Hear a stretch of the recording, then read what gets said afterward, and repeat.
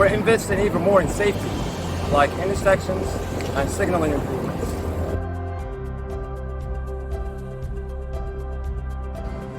We're investing more than $3 million to increase the frequency and detail of cleaning at Metro facilities, including the rail platforms. You'll soon be seeing even more fare inspectors to help monitor stuff on the rail.